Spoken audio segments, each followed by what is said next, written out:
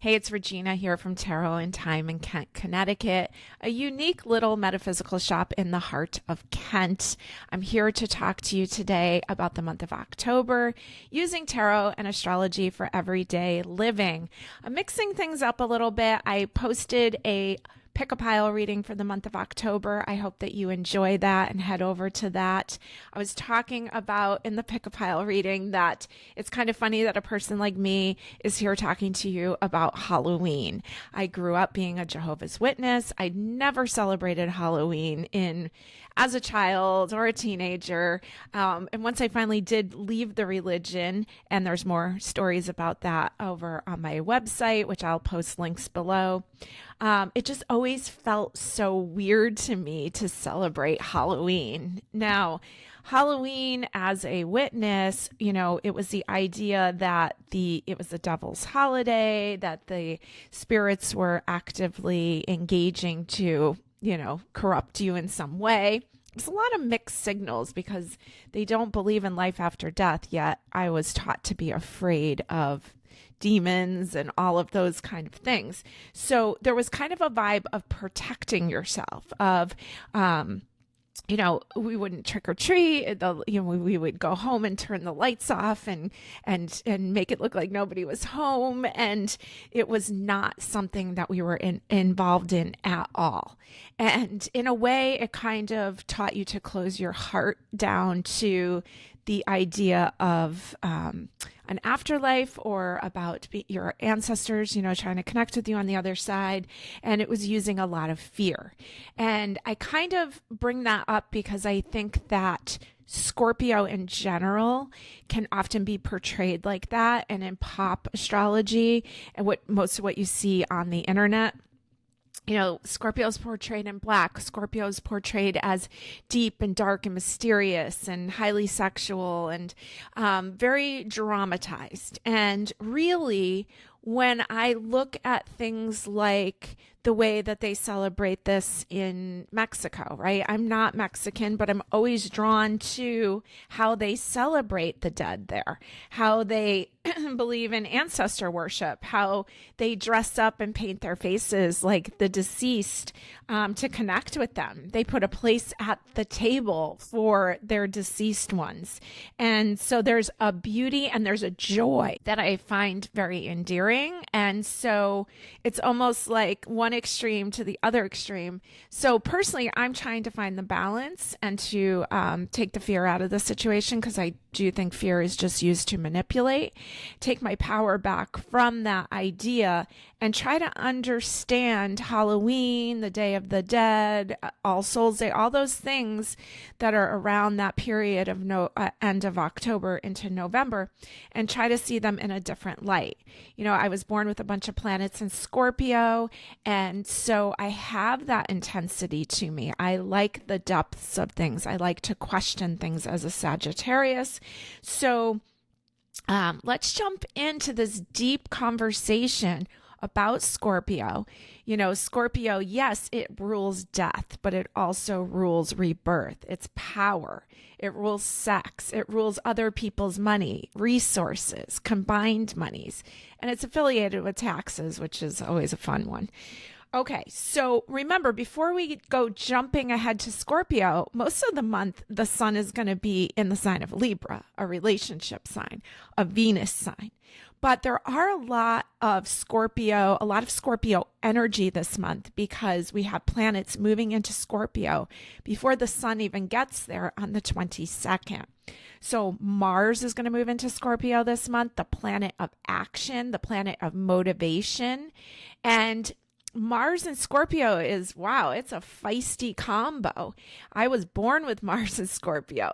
I really learned a lot about myself this month making this video, because I didn't understand the intensity of Mars, the original ruler of Scorpio, in its own sign. When you look at charts of what's the best placement for Mars, Mars in Scorpio isn't really mentioned. It's not mentioned as being a great placement. It's not on the list of, the worst placements.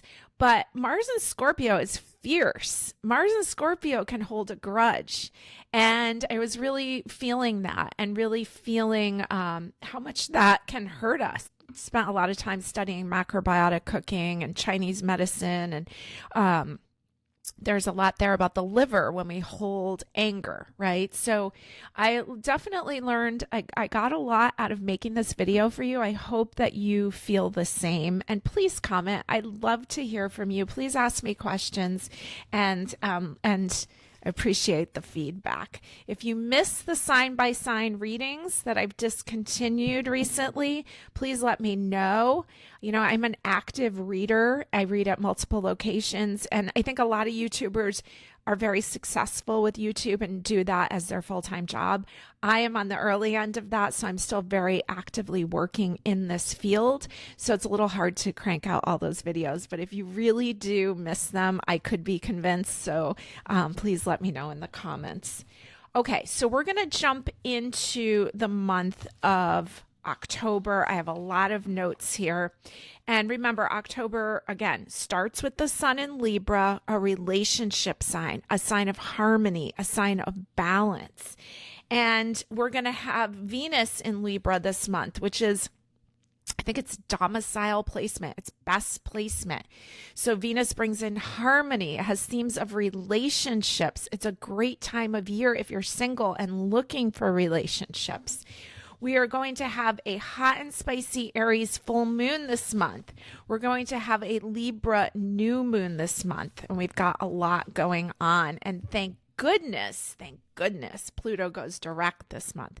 Pluto is considered the modern day ruler of Scorpio, and with all this Scorpio activity going on, it sure is nice to have the planet of transformation and change going direct. And I'm curious to see how that's going to play out in the global sense. In politically, I'm very curious to see now that Pluto is coming out of its shadow, it's coming out of its retrograde, and it's an intense one to have Pluto retrograding. It's been doing that since May. So let's see what progress can be made as it goes direct. Let's start off where we left off last month, October on the 6th, and that is the full moon in Aries, 11:48 p.m. Eastern Standard Time. Your needs matter too. Balance the scales of give and take. Things come to a boil. This is the blood moon. This is a hot and spicy moon. It's going to be square Jupiter, so Jupiter makes everything bigger. This is pedal to the metal energy because Aries wants to go, charge ahead, but Libra's across from it because a full moon is in opposition. And Libra wants to balance things out and make sure everything's harmonious and of value. So, but there's going to be a drive to move forward, and your full commitment is going to be required. If you can't give your full commitment, that's okay. Just be willing to get out of the situation, okay? Now, we want to make moon water a couple days before would be a great time, or whenever you remember, to fill maybe a mason jar, something with a cover, and fill it with water and let it sit in a window. Let it get the rays of the moon. This is going to be an intense one though. So Aries full moon, we know it's going to affect us the whole week. We know that Aries is ruled by Mars, the original ruler of Scorpio. So we just got this intensity of Mars, of Pluto, of Scorpio energy this month, even though the sun hasn't even gotten into Scorpio yet. On the 6th, we had Mercury, the planet of communication, moving into Scorpio. So basically, right around, okay, so Mercury moves into Scorpio right after lunch, and then the full moon peaks in the evening, okay? So that's why I keep saying there's so much Pluto, there's so much Scorpio energy going on, there's so much Mars energy. This is intense energy. Mars in Greek mythology, god of war. Pluto in Greek mythology is Hades, okay? So there's an intensity. Mercury's going to move into the water sign of Scorpio from 10:06 to 10:29. It will move back again later in November because of a Mercury retrograde. We're going to talk more about that. This is a great time for research and investigation, troubleshooting, and honoring your hunches, because this is a psychic placement when Mercury's in Scorpio. I was born with it there. even if you weren't born with it there, it's in the air. You're going to feel it. So you want to trust feeling. There's going to be people who are not telling you the whole truth. You may be getting a heavy edited story, but you'll get down to the bottom of it because you will feel it. Okay. So please trust feeling. Very important always, but especially this week. Now, this week has a great day on Wednesday the 8th, and you want to mark your calendar for Wednesday the 8th because Venus, harmony, diplomacy, balance, relationships, value, is going to be sextile, positive aspect to Jupiter, planet of luck and blessings. So good things can arrive. This is when good things like grants, scholarships, startup money, maybe somebody wants to invest in you. This is when things can show up. Remember that you're worth the investment. 10/8, mark your calendar. Then we will have the weekend. So we have a Gemini weekend. The moon will be in Gemini Friday, Saturday, and Sunday. It'll move into Cancer. Now, on the 11th, Venus is going to be opposite Saturn. So Venus, harmony, relationships, balance, diplomacy, opposite Saturn. And Saturn is, he's the Lord of the Zodiac. And Saturn, I've been calling him lately because, people think Saturn wants to destroy their life, but Saturn is actually a builder. And so I often think of him as a building inspector, right? He will go through, check all the boxes. Have you done everything you need to do? Venus opposite Saturn isn't the easiest time. So it is a good time to face your truth in your relationships, or it's also a good time to end a relationship. If you're looking for a romance, this is not necessarily the biggest weekend for it. Wait until Venus enters Libra on October 13th, which is Monday, and it'll be there through November 6th. That's when there will be more romantic and sensual energy in the air. So this weekend of the 10th, 11th, 12th, might want to do your own thing, or maybe there's some relationships that do have expired by this point. Now, I'm going to put a couple cards on the table here so we can look at this week, this full moon week, see what's going on here. I haven't looked at any of these cards yet. Let's see what we've got. I'm pulling a few from each pile here with the relative tarot, the relative oracle, which I really like. Okay, let's see what we got. Let's put that one in the middle. All right. I've got the chance card. This is feels like a Sagittarius card. Okay. This looks like somebody gambling, taking a chance. But remember, you have that beautiful Venus sextile Jupiter day on the 8th. And I also love that the moon moves into Taurus that day, which feels like more value.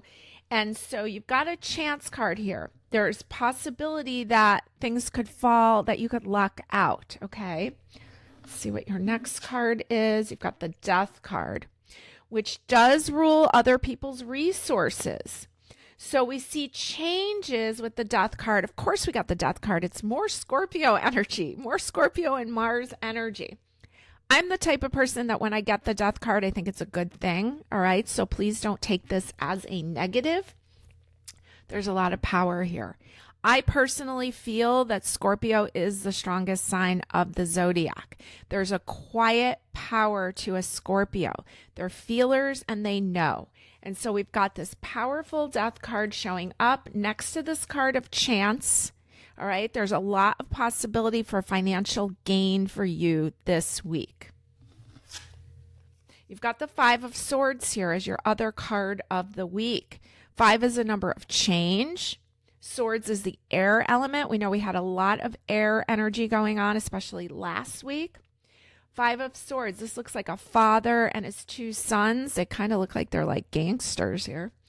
And so there's something here. They don't look like you want to mess with them.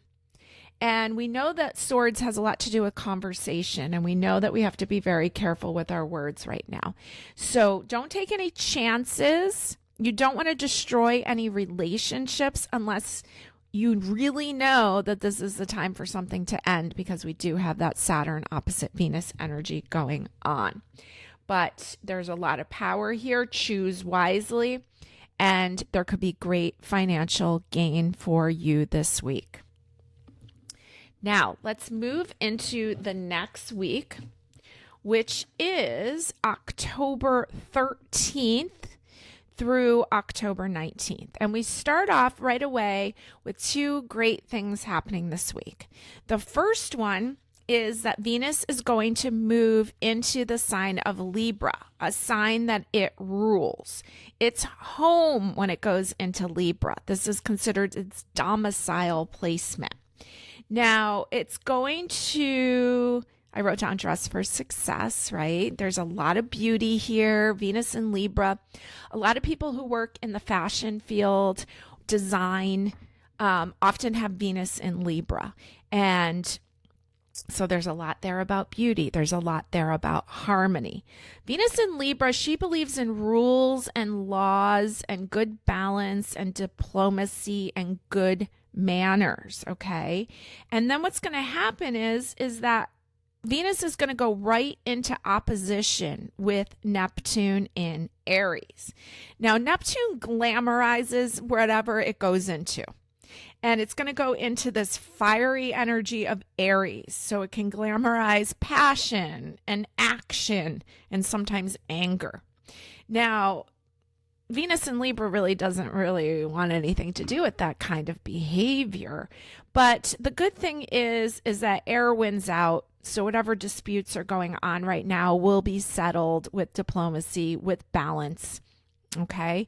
And this is also going to form an air trine again. So Venus going into Libra, air sign. We already have Uranus in Gemini, air sign. Pluto in Aquarius, air sign.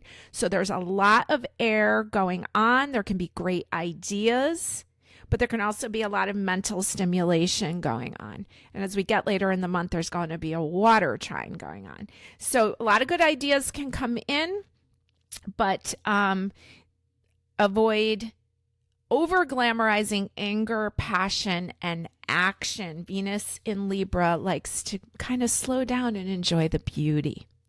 Now, the other great thing that happens on Monday, the 13th, is that Pluto goes direct.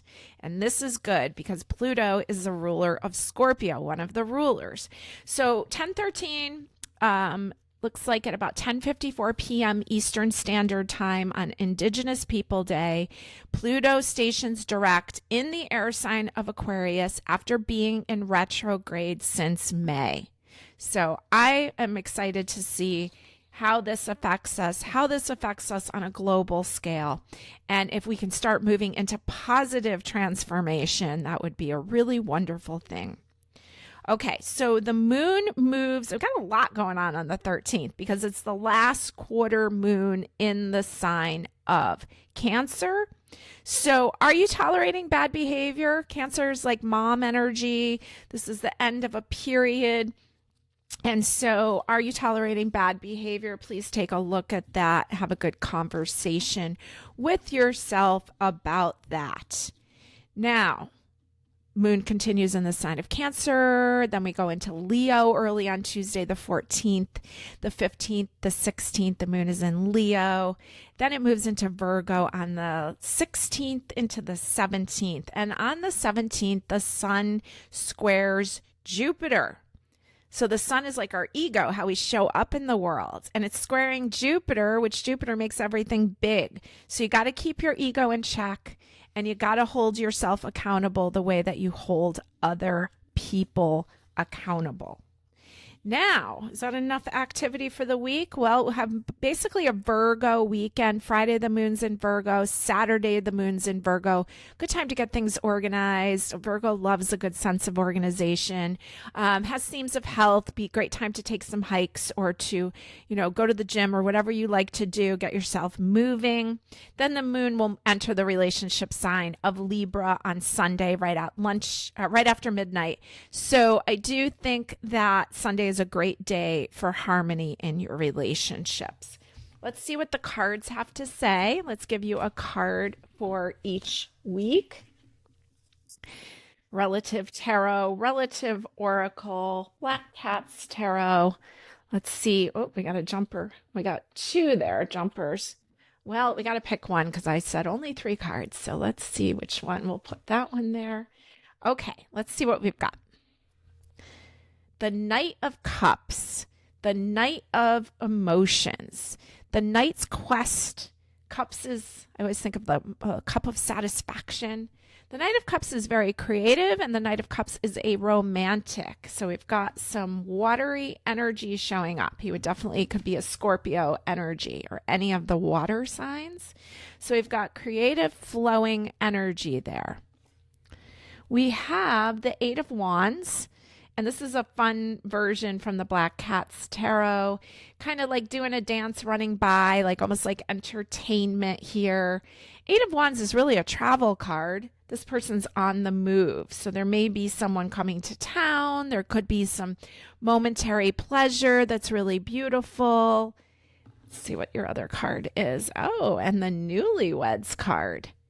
And it's funny because the Eight of Wands is often called the honeymoon card. So we've got the newlyweds here. It's so fun to think of that as real people there, somebody's ancestors that sent Carrie Paris that picture, and she put it into the deck when she made this cool relative tarot deck. So the newlyweds. So you've got a lot of romantic energy here, and I would take advantage of that. There's, even though we have a ton of Scorpio energy, but remember, Scorpio rules sex. We have a lot of Venus energy going on. It's Libra season. Venus is in its own sign of Libra, which means it's going to get close to the sun. So there's a lot of beauty and harmony here. So enjoy that this week ahead. Now we move into the week of October 20th. Through October 26th. And we start off the 20th with the moon in Libra. Now, so we know that we're heading to the new moon in Libra. Now, it almost seemed like we were going to have the new moon in Libra last month, but remember we had the double Virgo new moons in a row. So now we get the new moon this week in the harmonious Venus sign of Libra. On Monday the 20th, Mercury, the planet of communication in the sign of Scorpio, becomes conjunct together with Mars, the planet of action and motivation in Scorpio. You have to be really careful about what you speak this week because Mars wants to take fast action. Mercury in Scorpio is like, can pick up people's secrets, can pick up all this underneath stuff. And you don't want to hurt someone with your words, or you don't want to bring attention to someone, something that they're not ready to hear. Okay. So think before you speak. On the 20th, again, this affects you a few days before, a few days after, and be careful. But also, it's a great time to write. You can get a lot of writing out. You can get, especially if you're writing like any kind of mystery or anything like that, there's a lot there, okay? Now, on the 21st, the new moon happens at 8:25 in the morning, Eastern Standard Time. And this is going to be a new moon in Libra, which means the sun and the moon are both in the Venus sign of Libra, the relationship sign. And it's going to be square Jupiter, so it's going to make things bigger, and it's going to be square Pluto. So bringing that Scorpio aspect into things again, but there's a lot of power involved when Pluto's involved. May justice be served this 28-degree Libra new moon on the 21st. Now, also on the 21st, I want you to get a notepad out and start taking notes about what's going on. If you aren't already doing that, please start now. Because all that happens from now until December 16th will be revisited. During the November Mercury retrograde that's going to start November 9th and run till November 29th. Pay attention for themes and take notes. This is the Mercury shadow period starting on the 21st. So basically, Mercury like moves along, gets, and this is the move along part covering this territory, gets to retrograde on November 9th, comes back over everything that happened to October 21st, and then it'll go direct and revisit it again. So we'll have 3 times over the same territory. So we're going to be seeing things from 3 different angles. So we know that maybe we don't have all the information yet to make a lot of decisions. Okay. Keep that in mind. Mercury shadow period beginning on Tuesday, October 21st, which is also the new moon. Now, this is a big week because the sun moves into Scorpio. So we officially start Scorpio season on October 22nd. This is at 11:51 p.m. Eastern Standard Time. Surrender to the change, rise up from the ashes. I always think it's kind of cool that Scorpio is depicted as the phoenix rising up from the ashes. It's seen as the scorpion. It always has that stinger. It's also seen as the eagle, right, with the wide view, and the snake. So Scorpio is definitely an interesting sign. Scorpio is water sign. It's fluid. It's changeable, but Scorpio tends to resist the flow of water, and it resists change. It's kind of funny that it represents change, but it resists change.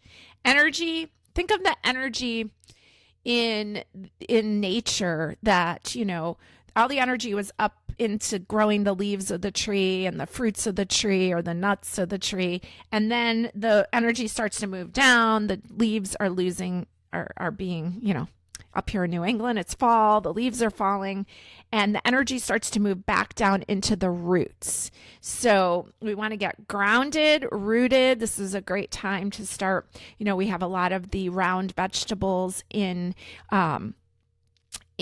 bloom right now. We have squash and onions and all those great things. So, my experience in studying macrobiotic cooking was late summer was the 5th season. We call it 5 seasons.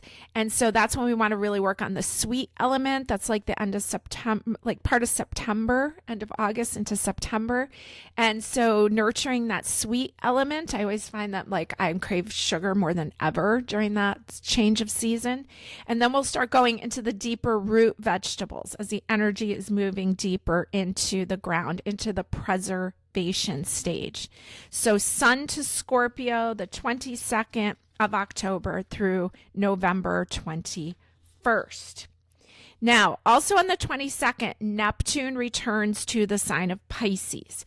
So Neptune, it's been doing this dance between being in its own sign of Pisces, then it moved into Aries recently. Neptune returns to Pisces October 22nd through January 26th. So once Neptune finishes up its time in Pisces, October 22nd through January 26th, it will not return to Pisces in any of our lifetime because it takes 165 years to return to the sign of Pisces. So this is a huge, big deal. Neptune has a hard time quitting things. It has themes of your undoing. Okay. In the 12th house that Pisces owns is called the house of the undoing. And in old school astrology, it was where we would get ourselves into trouble. And so Neptune has a hard time quitting. And we're going to be revisiting back into the sign, back into Pisces. So be careful about going back into things that aren't good for you. This could be bad relationships for you, or it could be things like drugs and alcohol. Just be careful. It can feel the urge to almost self-sabotage, but we want to release that impulse to struggle, okay? Relax, take some deep breaths. The panic will pass, okay? Secrets will be revealed because Neptune Pisces is associated with secrets. We already have a lot of that with Scorpio energy about things coming up to the surface. So pay attention to what's going on. Be kind to yourself. With all this watery energy, we need more rest and care. Neptune returning to Pisces October 22nd through January 26th. Now, this is a big week because we have a lot going on. On the 24th, the sun in Scorpio will square its ruler Pluto in the air sign of Aquarius. Now, you can't cover up lies. You got to own up to it. They're going to be revealed anyways. Dark motivation will be exposed. So you might as well come out with it. There's no use in digging a bigger hole. Okay. Ethics, honesty, and integrity, as the sun in Scorpio squares Pluto on 10/24. The moon is in Scorpio also on the 24th. It moves into Sagittarius after lunch. Now, the 24th and 25th, we have a grand water trine. So there's a lot of watery energy. Give yourself the gift of letting go of an old grudge. So Scorpio is involved in this. Mars is involved in this. And we were talking earlier about Mars and Scorpio. And I was talking about how I have that placement. I learned a lot about myself this month about Mars being in Scorpio, because it's really easy for us to hold a grudge. And so we want to, sometimes Mars and Scorpio, we think like we're saying it's okay if we let something go.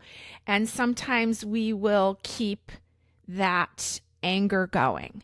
And Mars and Scorpio is going to be met with Jupiter and Cancer. And Jupiter and Cancer wants to make you feel at home, and it wants to welcome you, kind of bathes you in this warm and welcoming energy. And so you can let the chip off your shoulder. You can see the goodness. Saturn in Pisces, part of this grand water trine, what is the undoing? We talked about that. And we can often see the perks of the anger. And that anger can give us focus. But we want to give ourselves a chance to heal. And Neptune is also affiliated with healing. So don't let the anger undo you. Sacrifice that grudge and allow yourself to feel free. Let it go. So you have a great opportunity on the weekend of the 24th and 25th. And a nice Sagittarius weekend, which is about freedom in general. The moon moves into Capricorn after lunch on Sunday, the 26th. Let's pick a couple cards. Pick a couple cards for this week, this big week. There's so much going on. There's a new moon. Make sure you got your moon water out. I would get it out over the weekend if you can on the 18th and 19th. If not, by Monday the 20th, get your moon water out and put it in a jar, cover it. Let it soak up the rays of this Libra new moon, beauty value, okay? New moon is a great time to place your order, what it is that you want, and also maybe what it is that you're willing to let go of. Let's see what your cards are for the week ahead. We have the Queen of Wands. Talk about freedom. She's the Queen of Freedom. She's a fire queen. Often think of her as a Sagittarius queen. And she is ready to release, to live the big life that she wants to live. You have the Three of Wands, so you got more fire energy. You've got these cats climbing up to the top of this mountain and looking out, seeing where they want to go and what they want to do. It's hard to climb that mountain if you're carrying a large amount of baggage and grudges. And the organ grinder, this is quite the card here from the Relative Tarot. And I wasn't sure what an organ grinder was, but I guess he tunes organs or has something to do with organs, not bodily organs, the musical instrument, okay? But we've got organ grinder there, and it has like a heavy presence to it. And so like it almost makes me think of like that term, like grind my gears, or just like getting really frustrated. But there's energy of releasing, of getting lighter here, feeling better, transforming. There's so much Scorpio energy here to transform. But as we said earlier, Scorpio likes to resist the transformation, right? Because in astrology, when we talk about one extreme, we're also talking about the other extreme. So when we say Scorpio rules transformation and change, it also rules the resistance to it. So you're being asked to move into freedom. Now we're going to move into the week of October 27th through November 2nd. And so we start off the week with the moon in Capricorn, and on the 29th, we're going to have the first quarter moon in the sign of Aquarius. Now, the first quarter is like the building, right? We're going into building something new. In the sign of Aquarius, it's all about newness and new ideas and new technology. So this is a great time to experiment with new ideas, especially since hopefully last week we let go of a lot of grudges, okay? So Capricorn, Monday, Tuesday, the moon moving into Aquarius, Tuesday the 28th. And then on the 29th, Mercury, the planet of communication, leaves the sign of Scorpio and heads into the sign of Sagittarius. Mercury in Sagittarius has a lot to say. Your word is your wand. Sagittarius tends to have luck and blessings associated with it, and things can fall into place for you. Just be careful because Sagittarius does everything big. It's ruled by Jupiter. So conversations can get big, and sometimes we can put our foot in our mouth. So be careful with Mercury and Sagittarius, but also have fun with it. October 29th through November 18th, keeping in mind that it's going to move back into Scorpio. We're going to have that Mercury retrograde. So we're going to have an extension of Mercury and Sagittarius. We'll talk more about that next month. All right, then we go into the moon continuing in the sign of Aquarius on the 30th into the 31st. When we get to Samhain, when we get to Halloween, by the time we wake up on, Friday morning, the 31st, the moon will have moved into Pisces. So more water energy. Well, we know Neptune's hanging out in Pisces. Saturn is hanging out in Pisces. We can't get sloppy on Halloween. If you plan to drink, I know I say this like every holiday, but really on this Halloween, if you plan to drink, make sure you have a designated driver. Saturn is hanging out there. Saturn's the rule. Saturn can be hard on you. And Neptune's hanging out there that rules drugs and alcohol, and it rules illusion and delusion. So be really careful. Now, the benefit of the moon in Pisces is that we have more watery energy. And we're talking about a time of the year where the veil is thin. We're talking about the time of the year where the dead is honored, right? Where the All Saints Day happening on the 1st of November, All Souls Day, right? Samhain, Halloween, all these different ways of looking at the Day of the Dead in Mexico. We have a lot of different religious viewpoints on these days, but there's a lot of intensity there. And so we know that we have the ability to feel more during that time, and it's going to be accentuated even more with the moon in Pisces. So make sure you're not falling into bad, quote, bad behaviors or things that aren't good for you, okay?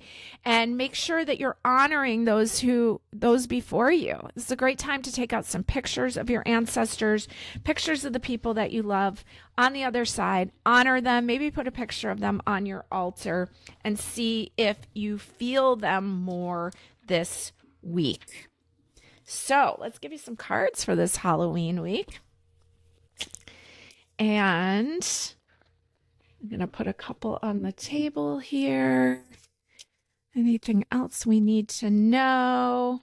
No, we go into daylight savings time ending on Sunday the 2nd. And what do we need to know? 7 of Swords. So he looks like he's like almost in self-protection mode. He's holding 5 swords, and we had 5 of Swords come up for week 1. We know that there may be some tiptoeing around. There's some words maybe you're afraid to say, all right? And I look at all those stars in the background, almost like your ancestors back there. So it could be that you're just like, sometimes not everybody on the other side are the people we want to talk to.